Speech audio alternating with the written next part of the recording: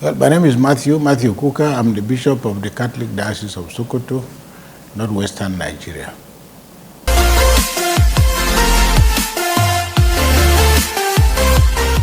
Well, as I was saying this morning, I grew up in a very small village, and the school I went to was also in a very small village, which is a neighboring village. We really hadn't had much contact with reality. So the talk about independence sounded very strange to us, especially the way that the teachers presented it within the context of freedom from enslavement by white people who took over our lands, who did bad things to us. And the reason is that we should all be celebrating now as a result of the fact that we have achieved independence and the white people, quote unquote, had set us free. But in between that, the only white people I had encountered were one or two priests, and I had very fond and treasurable memories of my encounter with them, because not only did they bring the church, they also brought us a bit of education. So I couldn't, in my little mind, make much out of this feeling that here is a white man that I adored for the great things he had done, and then the kind of white man that was being presented by our headmaster. And to make it even more complicated but more beautiful, that the headmaster opened a carton and distributed little cups to all of us as a celebration of Christmas, along with flags. So, and not having had a cup of my own, that was the first cup I got.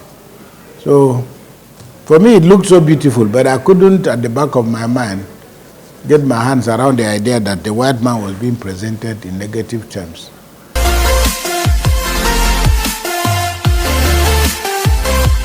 Well, I don't know, it's not possible to give you the history of Christianity from then till date, but I think it is significant that Christianity was here and in many parts of what is now modern Nigeria, 100 or 200 years before the colonial state or even the coming of the British. So we were here before the British colonial rule.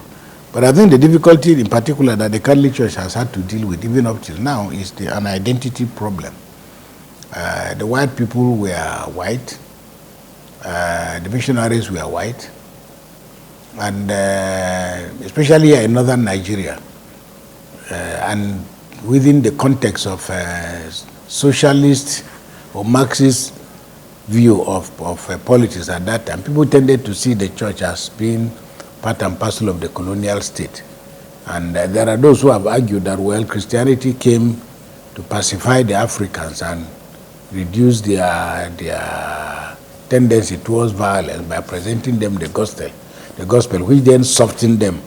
This is a skewed narrative, but in all, they were pathfinders to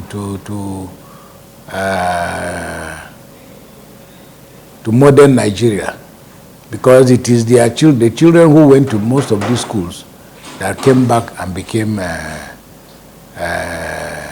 occupied high positions in the military, in the police, in the civil service, and in politics.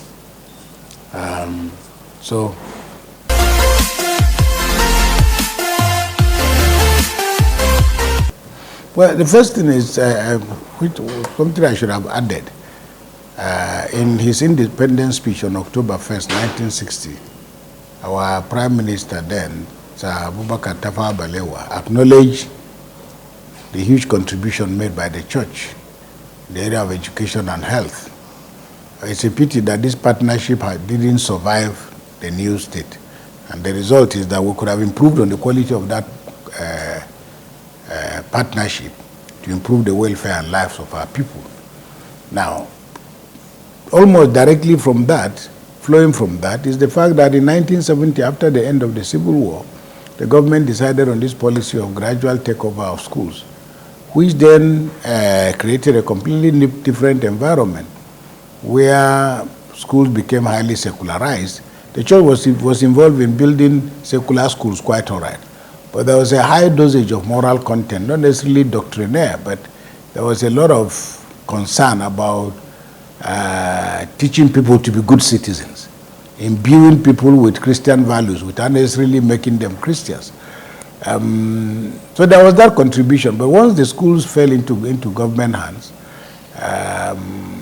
they were no longer supervised by the church. The result was that morality became lax. Teachers fell back to the bad ways that were prevalent at that time.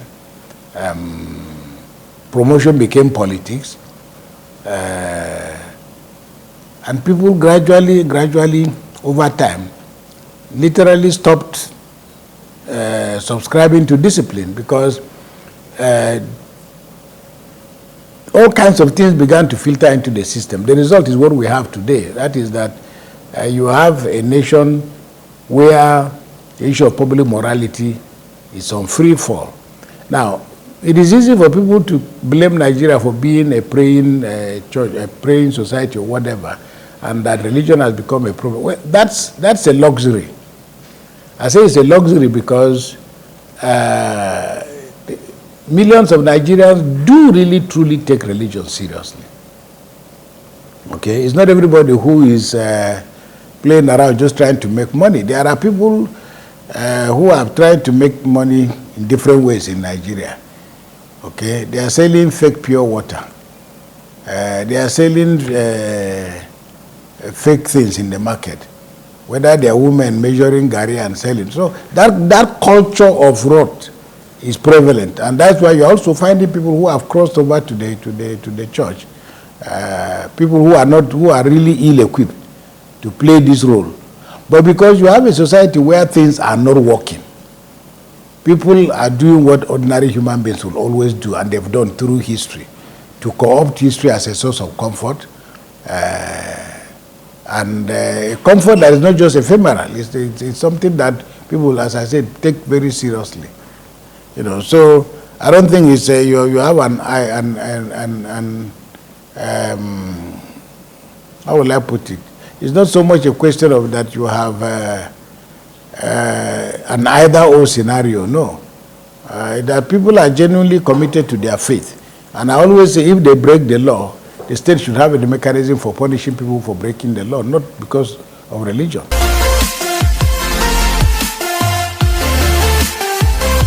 Well, the impact is everywhere because, as I said, the first generation, second generation, third generation, up till today, of people who are in public service and are doing very well are children of the church. They include Muslims. They include people from different backgrounds that have benefited tremendously. As I said, what keeps me very sorrowful is that people have turned involvement of church and state into politics, and it's even more so in northern Nigeria, where Christian activities are not being given the kind of attention and appreciation that they deserve. Because all the schools we build, we are not training Christian children. We are training children who want education. They are learning from our platforms, and we have enough moral codes of conduct to help them to become good citizens. But ordinarily, in a more civilized environment, it is the government that will be supporting us with resources. Because one place that showed this perfect example is Anambra State, and what Peter Obi did in Anambra State, where the progress is measurable. Measurable in the sense that he takes over as governor with Anambra taking 27 position, or whatever the case may be. Now, he's able to show when Anambra began to take first, second position. Secondly, that is tied to his return of schools. Now, you can measure that output, but even more importantly, and secondly, is the question that the cost of running education became extraordinarily cheap, because he himself confessed that the money he gave for the building of a classroom, the money he gave for the building of a clinic, whatever, he found that he was still able to save, because the sisters and priests were bringing back money to say, these classrooms cost us only 70 million. Whereas what was budgeted for was 200 million. You hear all these stories, all over the place. So what I'm saying in effect is that you can measure the impact. It's not something that is speculative. So, and my idea is that if other states imitated those kind of things and began to find the best way to collaborate with churches, because the Catholic Church has about 2,000 years of experience in doing all this, not in the way and manner that it is now.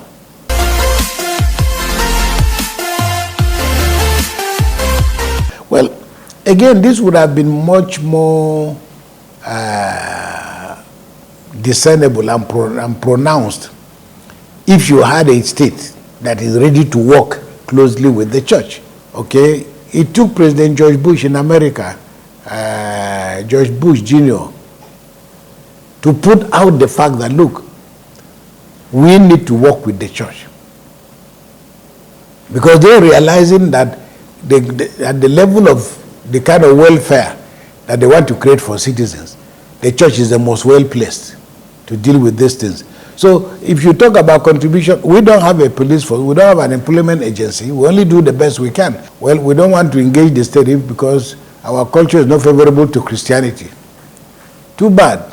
But like the Sultan said when we went to open our clinic, our small clinic here, he said, well, because even here people feel, a sense of nervousness for us to go to a church facility. But Sultan said to them, malaria that gives you malaria, mosquito that gives you malaria has no religion. In any case, it goes to the mosque to bite you, it goes to the churches. So it is in our interest to join hands together. So really the challenge is that there hasn't been very clear effort on the part of government to collaborate with the churches. At least I speak for my church. But what I see in terms of collaboration is people looking for pastors who are going to prophesy or who are going to convince their members to vote for them.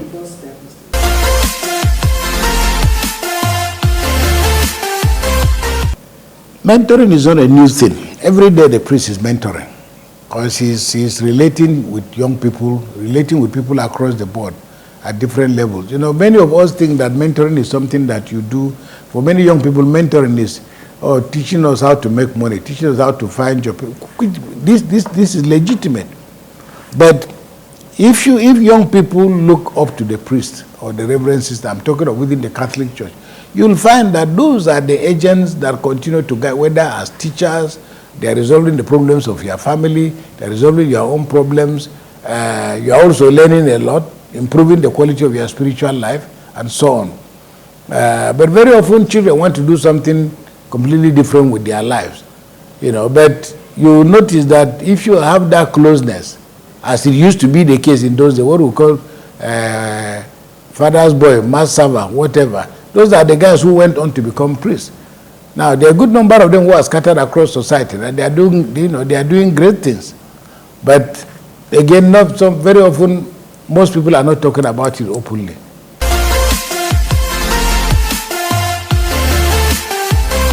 Well, if you want to build a house very quickly, you build on sand. You can finish very quickly, but it will not stand. There's nothing that is easy, absolutely nothing. And what I hear with young people is this aggressive wish to make money as quickly as possible. But in the final analysis, you will find that many people are not, young people are not, they don't find the Catholic Church sufficiently attractive, because they say, they are not teaching, they are not helping us to acquire skill, to get jobs, to grow. All these are legitimate, but that's not supposed to be the role of the church. Even if the church did that, it will do it tangentially. Like I told a community, when I went for confirmation, and I say, come and build a school for us. I said, no, I didn't come to Sokoto to build schools. If it was to build schools, I'm not the one you need. I've come to try and see if I can work on saving your soul. If in the process I realize that building a school is necessary, I'll build a school, but I'm not going to build a school simply because you want me to build a school so that you be like other people. So essentially, again, it still comes down to how we decide we want to work together and collaborate for our own good.